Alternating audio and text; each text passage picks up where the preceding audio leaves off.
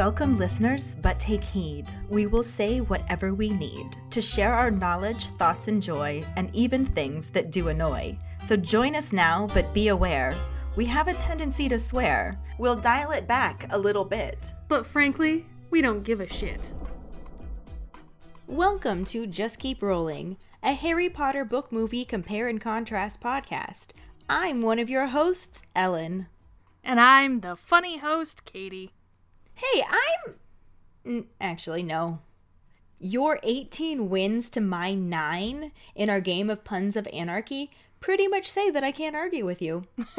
There's a reason you write the snark. Well, I gotta bring something to the table aside from my massive sex appeal. That was a fun game, though. It really was. But let's just keep rolling into the rolling rehash. Last week, we discussed Chapter 4, The Leaky Cauldron, and its corresponding film scenes. The movie condensed 3 weeks into 1 day. Forget the pea soup, Harry was nearly consumed by a book. Ron and Hermione are very passionate, but not very conscientious pet owners. Fred and George are still the best, worst big brothers.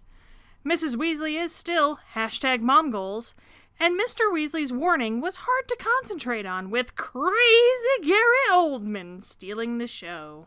During episode 41, Harry Homicidal Hardback, our Potter Pondering was, what did you think about the way the movie portrayed the Monster Book of Monsters? I was pretty much completely outnumbered on this one. Basically, everyone liked it. Not that I didn't like it, but both Diana and Karlee loved it and thought it was basically exactly what they imagined. Max didn't think they were violent enough, but other than that, everyone else did really like it. Kristen also said it was almost exactly how she pictured it, though she would have added a little more fur. Jackson thought the teeth were a bit weird, but overall, that it was really good. Brittany said it completely fit the type of thing that Hagrid would send to Harry, thinking it was funny. She thought the book described something too fancy for what she thought. Like I said, it's not that I didn't like it, I just thought the contrast of a fancy-looking book turned homicidal hardback was really entertaining. Yeah, but the Harry homicidal hardback was even more entertaining. That seems to be the consensus, unless you are Max and wanted more violence. But thank you all for sharing your opinions. Our trivia question last week was, what was the name of the magical instrument shop in Hogsmeade that Ron says they can get the sneakoscope checked at? When the trio realize the sneakoscope is lighting up for no apparent reason, Ron says they can get it checked out in Hogsmeade at Dervish and Bangs. I think it's Banshees. I always said Bangs. That's what he says in the audiobook. Since he's British, I would assume... Banshees? Yeah. Yeah. Banshees, Bangs... Whatever the fuck you want, that was the answer. Congratulations goes to Jackson Miller, our very first Australian winner. We knew he'd end up winning one of these, and he did. He swept in and cut off Dave's streak by literally seconds. Man, great work, Jackson. Dave blames getting caught up listening to the raffle description for his loss. Wah wah. Speaking of the raffle, Jackson was also the very first person to email us and get officially entered into the raffle. Just as a reminder, we will be raffling off a set of wooden letters cut in the Harry Potter font. They spell out the word magical, which has 7 letters, meaning 1 for each book cover. You can see a picture of them on our social media accounts.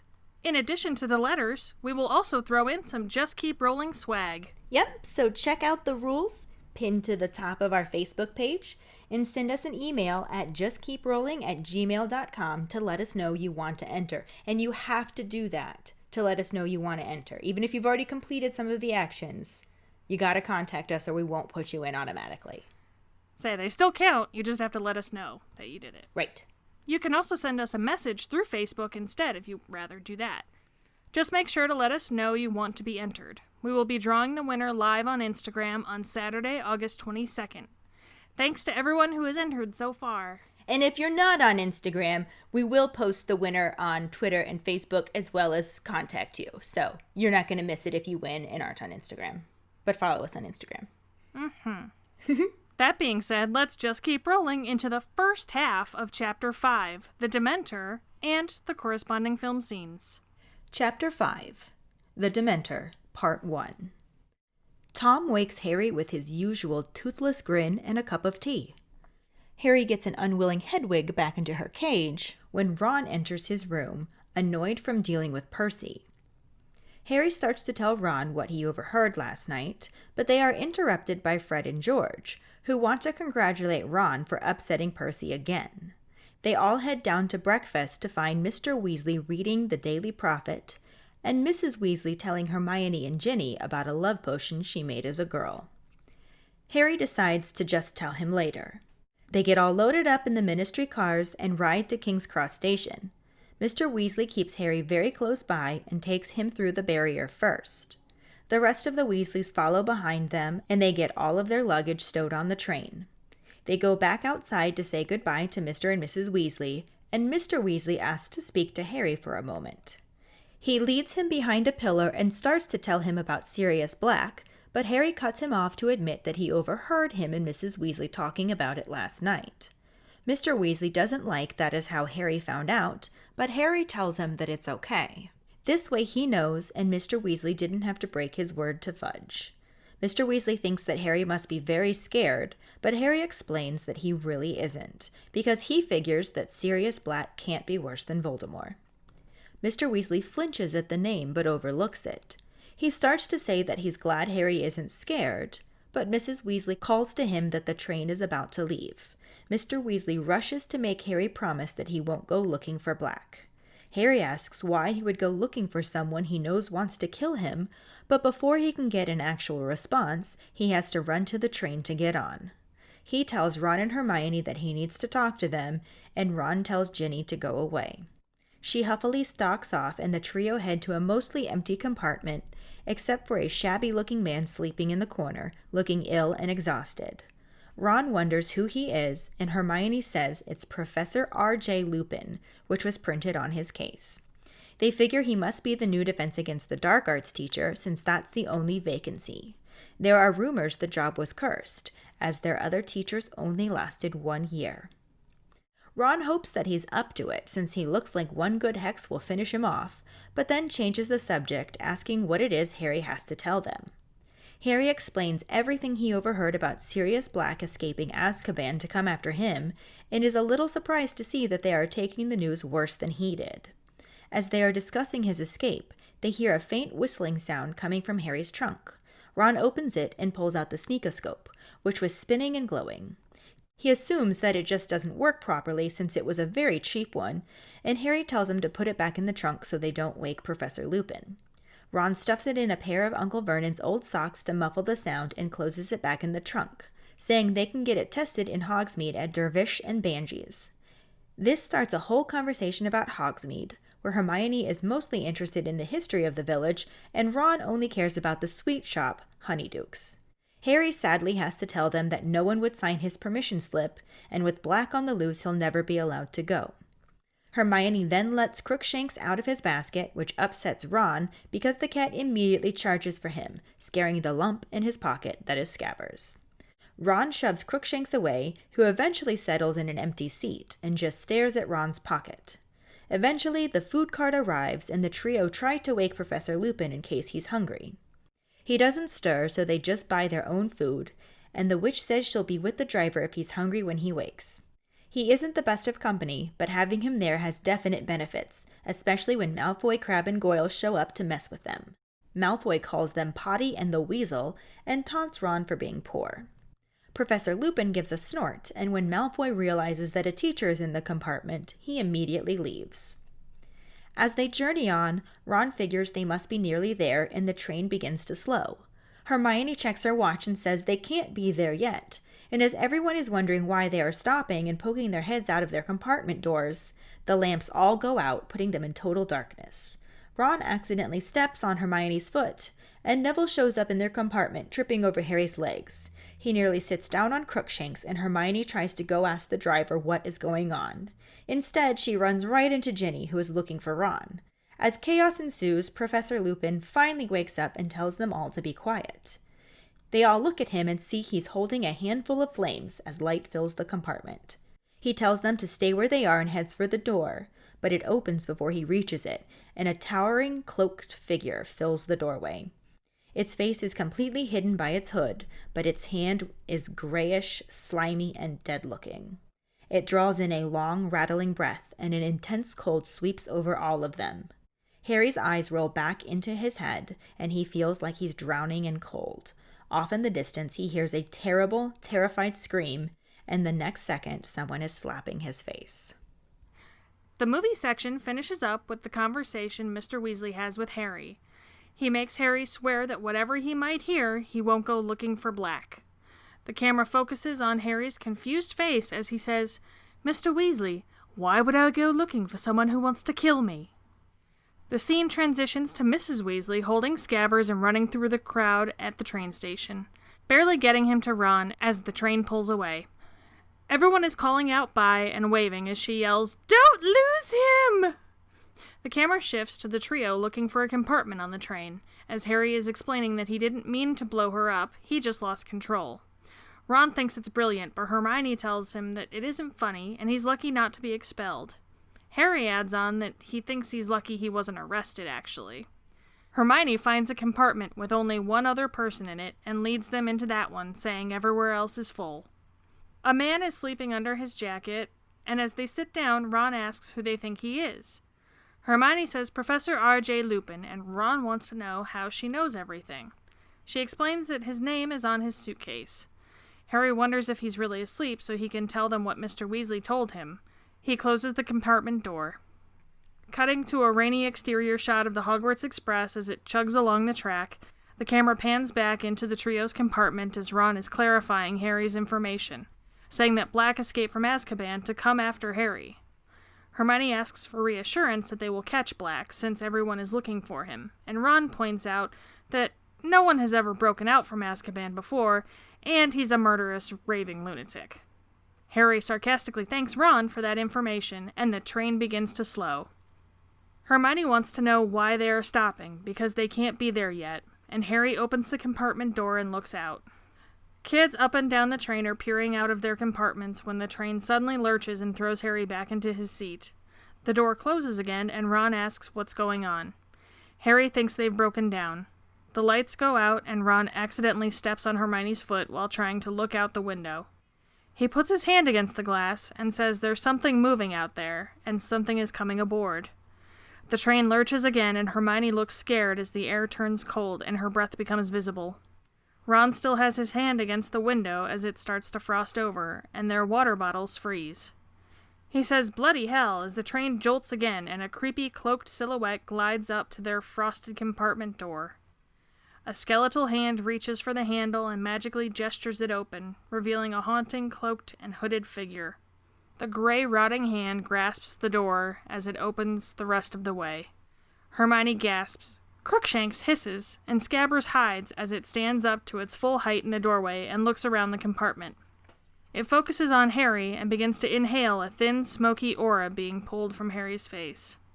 Professor Lupin suddenly wakes up and points his wand at the creature.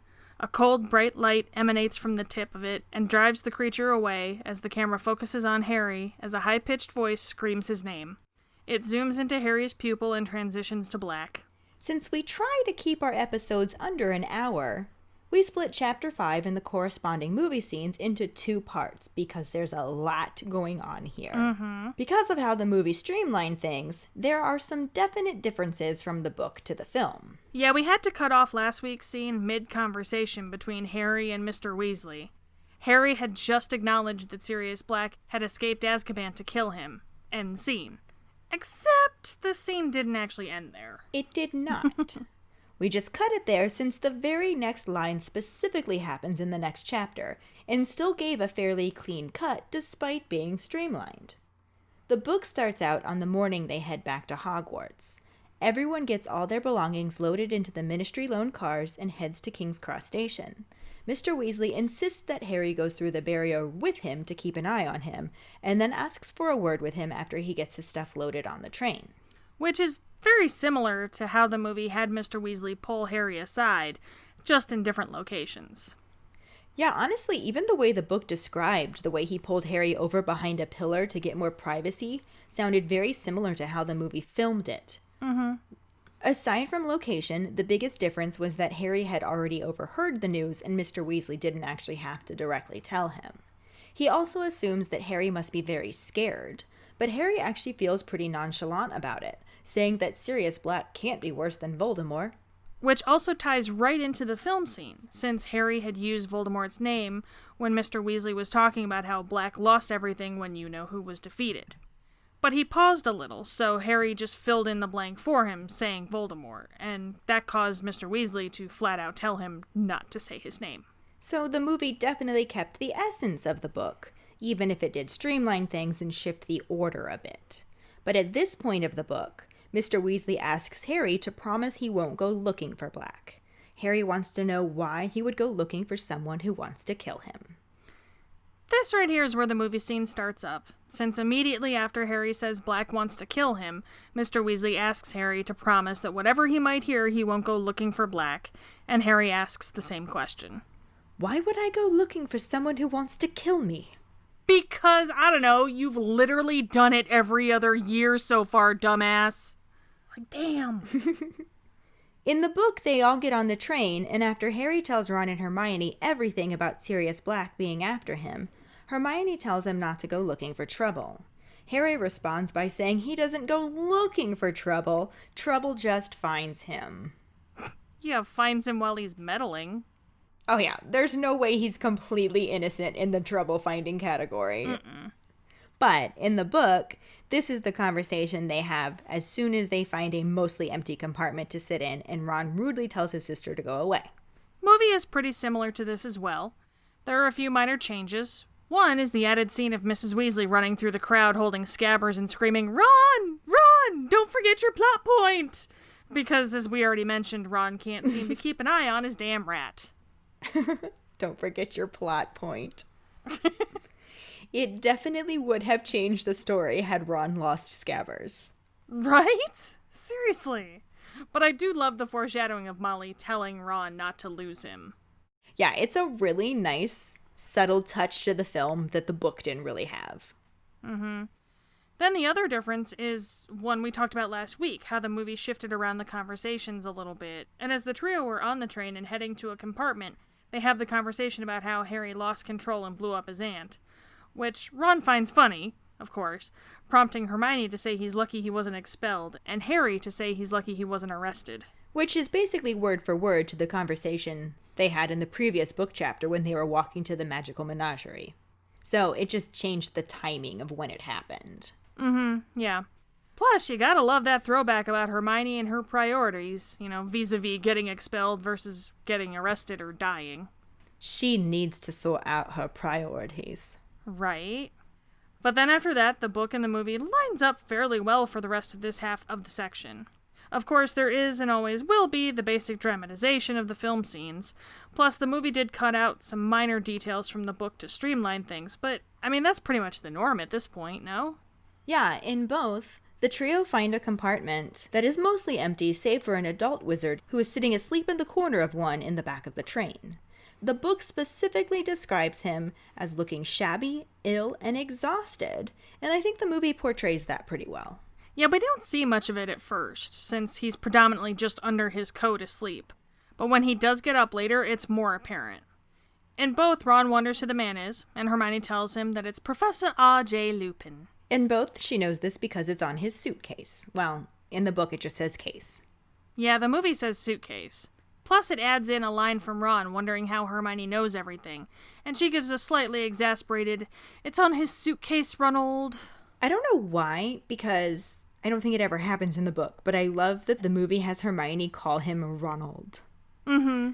Especially when she's kind of annoyed with him. Mm-hmm. But in the book, she just points out that the case says Professor R.J. Lupin without anyone asking first. R.J. sounds so posh and, un-Lupin-like. "R.J., old chap.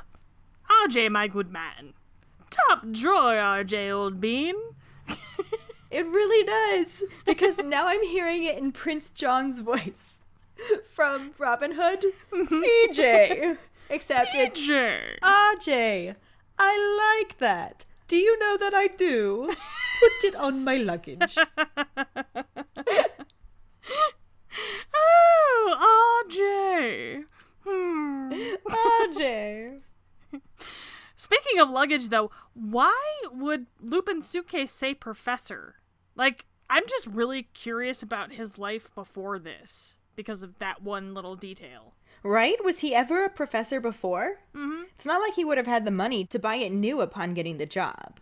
The book says it's stamped on in peeling letters, so it doesn't sound new. Right? Like, has he just been a traveling teacher all these years? Or, I don't know, maybe he got that as like a graduation gift and never got to use it until now.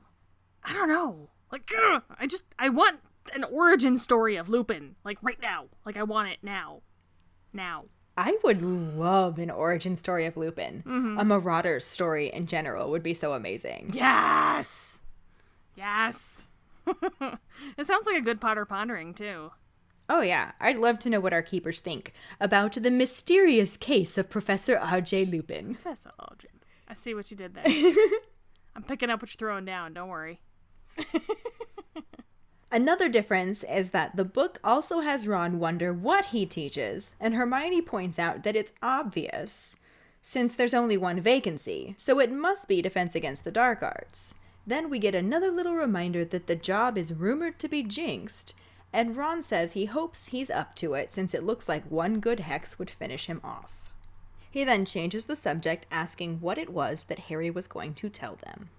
In the movie, after Hermione points out Professor R.J. Lupin is on his case, Harry wonders if he's really asleep because he has to tell them something. Which is basically how it happens in the book. Just minor changes. Like, Book Harry isn't really worried about Lupin's presence on the train. Yeah, don't worry about the homeless dude on the train filled with children. Not at all. That's no worry at all. In the movie, he just closes the door and tells Ron and Hermione all about Sirius Black being after him. I mean, seriously, Harry, just feel free to talk about whatever you want. I'm sure he's legitimately sleeping and there's no possible way he could wake up and hear anything that you're saying. Not at all. No way. Well, in the book, he was definitely out. Because as the trio are discussing Sirius Black, Ron notices a noise coming from Harry's trunk and checks it to find the pocket sneakoscope that he'd sent him for his birthday.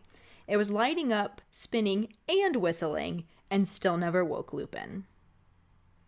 Maybe it was lighting up and spinning because he was faking it. Dun dun dun. Dun dun dun. They obviously couldn't include that in the movie since we never saw Harry receive the sneakoscope. But the trio does discuss what Harry told them about Black after a time-lapse scene transition when it cuts away from Harry closing the compartment door.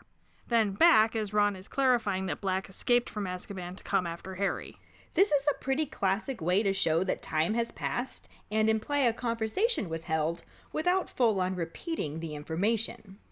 In both the book and the movie, Hermione and Ron seem to be taking it way harder than Harry actually did. How is Ron so surprised that Harry's in danger again? Like, dude, have you been paying attention at all the last 2 years? Like, where have you been? Come on. Seriously, you'd think by the fourth time someone was hanging around trying to kill Harry, Ron would just be like, dude, get in line. Admittedly, it's a short line consisting of Voldemort times 2 and another form of Voldemort. But if Black is trying to kill him too, that is sort of like 3 people and is actually starting to become a line. More of a Q, really. I just wanted to say Q. Anyways, in both, Hermione is hopeful that they will catch him, since everyone is out looking for him. And I'm actually surprised that they let Ron keep the line about no one ever escaping from Azkaban before. Because that totally sounds like something that Hermione should know all about. All about. I know you can't see it, but I'm rolling my eyes. Yeah, all about. Yeah, that is completely the kind of line they would take from Ron and give to Hermione. Mm-hmm. And it was originally his line in the book, too. Though he actually mentions it before Hermione hopes they will catch him. Mm. It's also worth noting that I think the movie did this line even better because in the book, Ron was more nervous about the fact that no one knows how he got out since he was a top security prisoner, and no one's ever done it before. But Movie Ron just nonchalantly throws it out there that no one has ever escaped before, and he's a murderous, raving lunatic. Yeah, Harry's deadpan, thanks Ron, really just brings me all kinds of joy. That's what I'm saying. That's not how it happened in the book, but it was so much better. Right. Then, it's at this point of the book where the whole sneakoscope thing happens, and Ron mentions that it was a cheap one that went haywire just as he was tying it to Errol's leg to send to Harry. Which is technically shady, since he wasn't supposed to send Errol on long journeys like that. And as we know from Chapter 1, he barely survived it. I really wish they could have worked it in here. Mm-hmm. It's such a subtle piece of foreshadowing and a red herring rolled into one. Yep. It could make you think that there's something wrong with the sneakoscope. It could make you think that the homeless man sleeping on the train is the shady one. Or not really sleeping on the train, as you said before. Yeah. But we'll end up talking more about this later. In the meantime, Harry just tells Ron to put it back in his trunk so it doesn't wake Lupin. Spoiler alert, it doesn't. And Ron shoves it in a pair of Uncle Vernon's old socks and closes it back in the trunk. He then suggests that they can get it checked in Hogsmeade because they sell that sort of thing at Dervish and Banji's, or Dervish and Bangs, or whatever it is supposed to be. We are taking our best guess here. Mm-hmm. I went with Banji's because that's what they say in the audiobook. I went with bangs because I'm lazy, and that's just how I've always read it. So there. Forget that syllable. We don't need them. We're American. Either way, however you say it or spell it or however, that was our trivia question. So that's good times. Yay! However, none of that happens in the movie. After Harry's deadpan, "Thanks, Ron," the train starts to slow, prompting Hermione to wonder why they are stopping, since they can't be there yet. This is straight from the book chapter, but there are several more pages before we get to that part. The movie completely cuts out all of the conversation about Hogsmeade, where Hermione is trying to talk about the interesting history of the place, and Ron just completely ignores her and goes on and on and on about the sweet shop Honeydukes. I actually would have loved to see that conversation come alive. Like, I feel like it could have been really, really funny. What with the tension between Ron and Hermione about the cat and the rat and everything else already. Yeah. Yeah, Hermione likes history. Ron likes candy. That's it. Opposites attract. Yeah. It also cuts out the part where Harry tells them that he won't be able to go to Hogsmeade since the Dursleys didn't sign his form and Fudge won't either. Yeah, that will get referenced later, since obviously he isn't allowed to go, but the movie didn't make as big of a thing about it this early on. And in the book, it was basically Harry's top priority. Number 1, get to Hogsmeade. Number 2, buy a firebolt. Number 3, medal. Number 4, hang out with Ron and Hermione. Number 5, don't get killed. Hermione would be really upset that don't get expelled isn't anywhere on that list. Ron's would probably have get to Honeydukes on there at least twice. His would be number 1, overshadow his brothers. Then 2 through 5, get to Honeydukes. Hermione's would probably be number 1, don't get expelled. Then 2 through 5, go to the library. She needs to sort out her priorities. Throwback. The movie also cuts out some more tension between Ron and Hermione and near drama between Scabbers and Crookshanks when Hermione decides to let her cat out of his basket and he immediately springs towards Ron's knees and causes Scabbers to tremble in his pocket. He shoves Crookshanks away, which makes Hermione angry, and somehow Lupin still sleeps through all of it. In general, the movie didn't really play up the Crookshanks-Scabbers aspect of the story. It was another subtle clue that was kind of barely hinted at in the film. Yeah, I guess when you have as many layers as this book has, some things just can't make it to the film. Mm-hmm. Especially the parts that just add some fun color, because a big chunk of the middle part of this chapter was completely left out. I feel like I'm getting repetitive here. The movie also left out. It also left out. It also left out. Don't forget when it left out. Right. But really, the movie also left out the food trolley witch show up, which came with some extra color about actively trying to wake Lupin up to no avail. He must have looked really sickly, because when they can't wake him, Ron starts thinking that he might have died, and Hermione actually checks to make sure he's breathing. Right? But despite being basically comatose, he's actually pretty useful when Malfoy, Crabbe, and Goyle show up to sneer at them, until they notice Lupin asleep in the corner and decided against picking a fight right under a teacher's nose. Even though he probably would have just slept right through it. Probably. He sleeps through everything else, including the violent gesture that Ron makes referencing what he's going to do to Malfoy's head if he makes one more crack about his family. Then we get to the part where the train starts to slow down. Ron thinks they're nearly there and comments on how starving he is. Because, Ron. It's his secret. He's always hungry. Mm-hmm. But Hermione does say that they can't be there yet, and the book and the movie line up again for the moment. In both, Harry gets up to look into the corridor, and all along the carriage, heads were peering out of the compartments, curious about what was going on. Then the train stops with a sudden jolt, and I want to know what spell is on that bottle that's sitting on that little table thing, because I need it for my toddler's cup so they don't get knocked over all the time.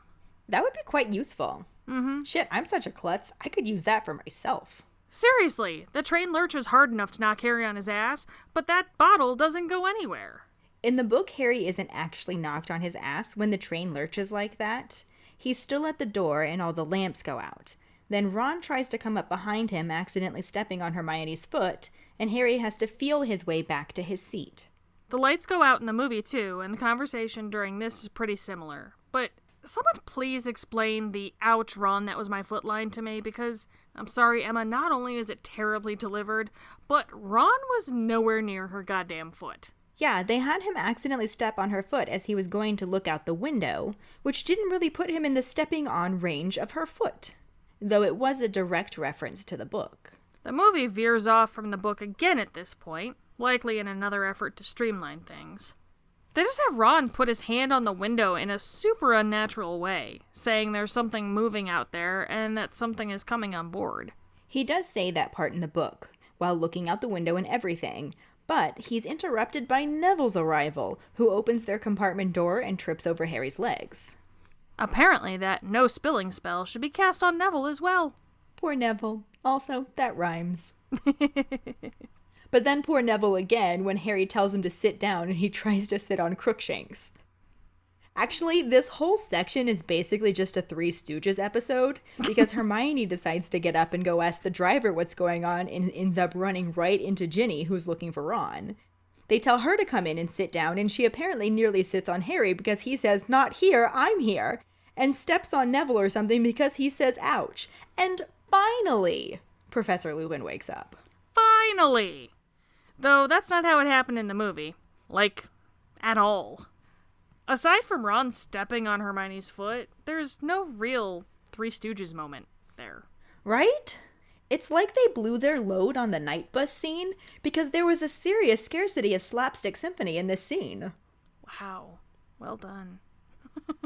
You have no idea how much I practiced that. I can guess. Serious scarcity of slapstick symphony. Neville and Ginny don't ever show up. The train just lurches again as the air turns so cold that the windows frost over, the water bottle freezes, and Hermione's breath becomes visible.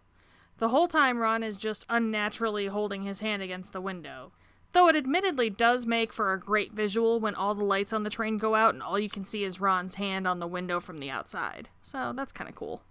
Yeah, I'm sure that's why they did that, but it was kind of awkward leading up to it. Yeah. But he then gets to utter what is basically Ron Weasley's catchphrase of the series, "Bloody hell!" Bloody hell. He really does say that a lot. Mm-hmm.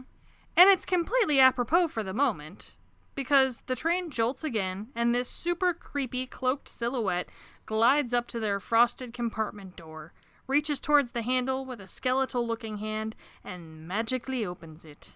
This is different from how the book had it, since Lupin is already awake, but I can't even be mad about it. It's such a horrifyingly perfect portrayal of the Dementors. I love the way they did the Dementors.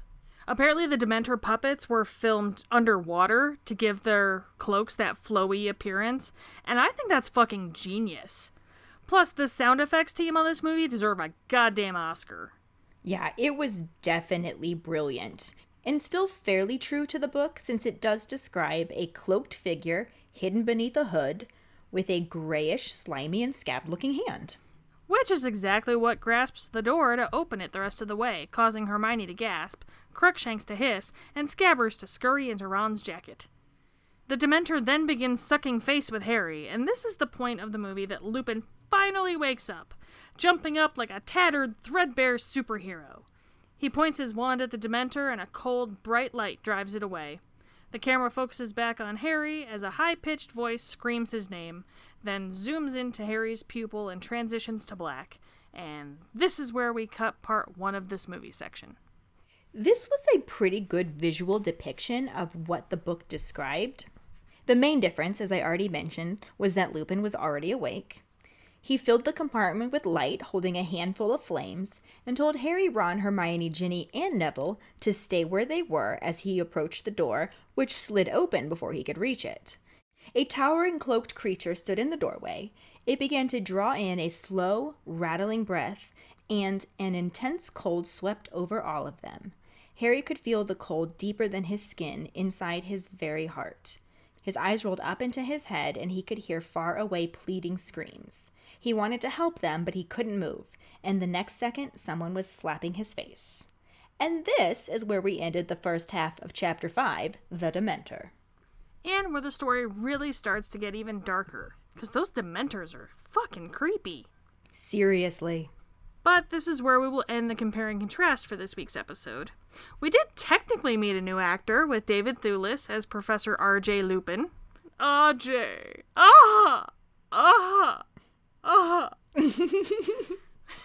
But as he barely did anything for this section, we'll just push talking about him into next week's episode.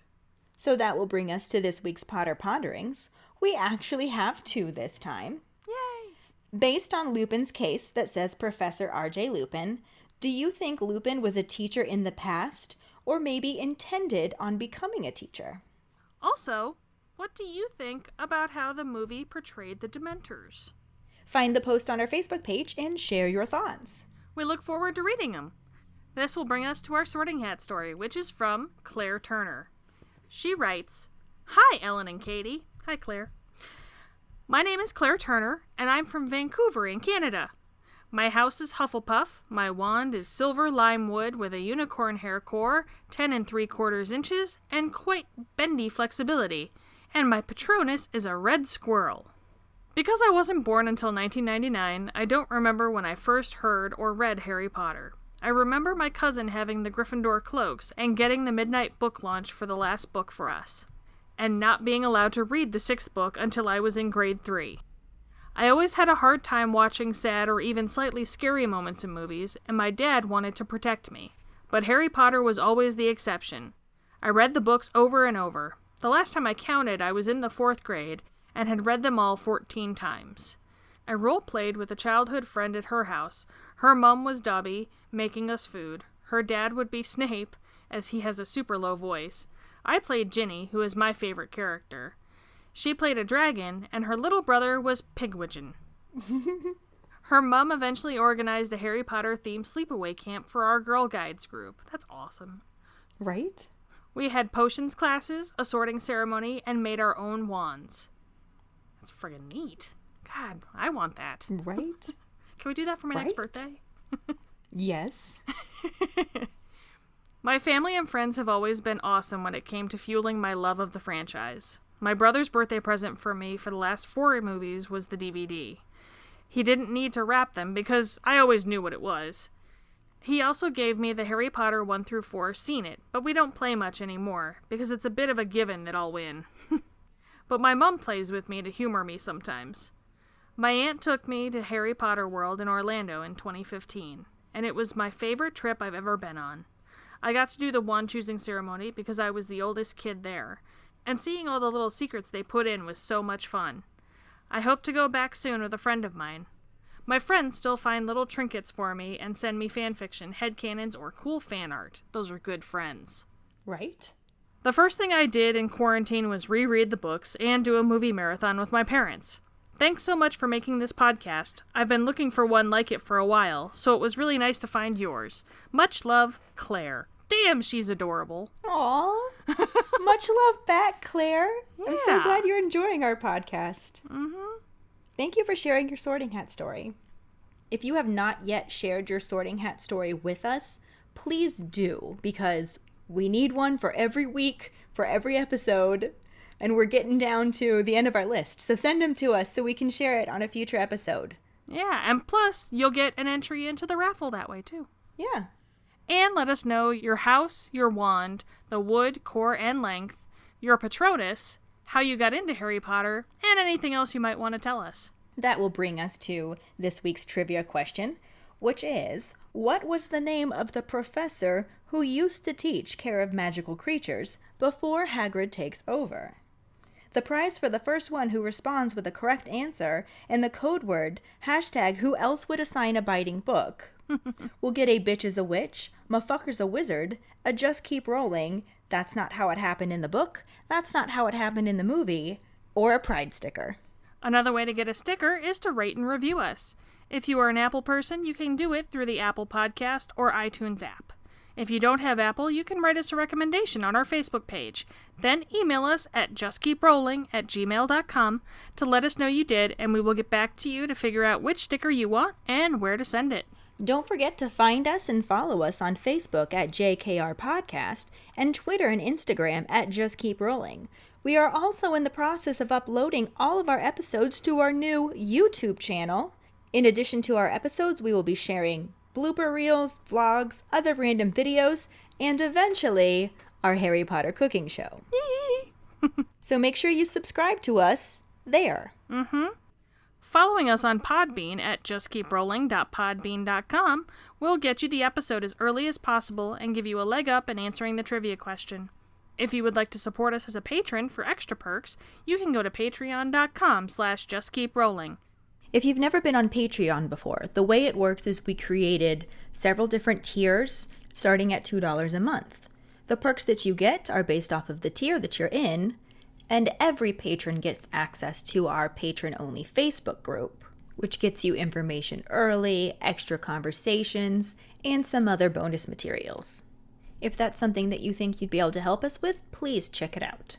As always, any support you can give is greatly appreciated, so we can keep bringing more content and perks your way. You can also go to our website at justkeeprolling.com to check out our Just Keep Rolling and Harry Potter related merchandise for sale, as well as find the links to all of the various places you can listen to our podcast and follow us on social media, etc., etc., etc.